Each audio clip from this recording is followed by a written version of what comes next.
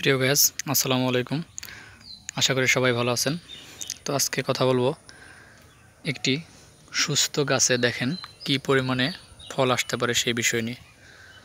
তো আমার সামনে আপনারা যে গাছটি দেখতে পাচ্ছেন, দেখেন একটি গাছ যদি সুস্থ হয় তাহলে কি পরিমাণে এই পেঁপে আসতে পারে কল্পনা করা যায় না। দেখেন, আমি আপনাদেরকে একদম গোড়া পর্যন্ত দেখাচ্ছি এবং গোড়ার মাটিটাও আমি আপনাদেরকে দেখাচ্ছি।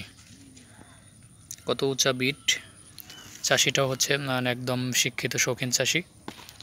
তো যার কারণে তার বাগানের এই কোয়ালিটি, প্রায় প্রত্যেকটা গাছেই আপনার সেম কোয়ালিটি ফল।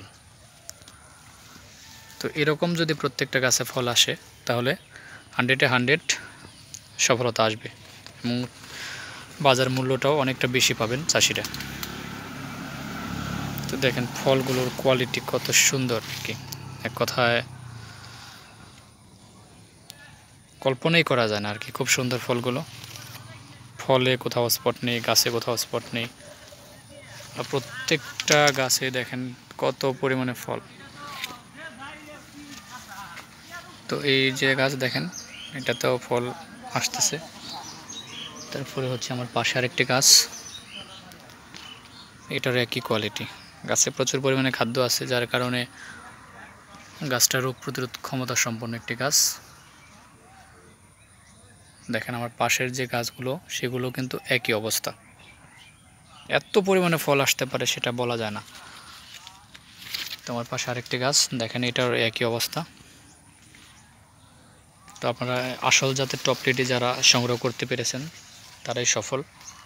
তো এই টপলিটির মধ্যে অনেকগুলো জাত রয়েছে, আসল নকল। বর্তমানে নকলের ভিড়ে আসলটা চেনা বড় কঠিন। সো এই কারণে খুব সতর্কতার সাথে আসল টপলিটি আপনারা সংগ্রহ করবেন। এটাতে দেখেন কি পরিমাণে ফল। আবার আমার পাশে আরেকটি গাছ রয়েছে, এখানে পুরুষ গাছও দেখা যায়, লক্ষ্য করা যায়। এটা হচ্ছে পুরুষ গাছ। তারপর ওইটাতে ফল আসতেছে মোটামুটি। ফলগুলো লম্বা টাইপের আর কি। দেখেন এটা কিন্তু লম্বা, অনেকটা লম্বা হবে এবং কি এটা খেতে খুবই মিষ্টি। পুরুষ পেঁপেগুলো হচ্ছে জমজ পেঁপের মতো, ভিতরে একটা পেঁপে থাকে এবং কি খুব মিষ্টি হয় আর কি। আপনারা এইভাবে পেঁপে চাষ করতে পারেন। যারা পেঁপে চাষ করতে চান তারা অবশ্যই আমার সাথে যোগাযোগ করবেন ইনবক্সে।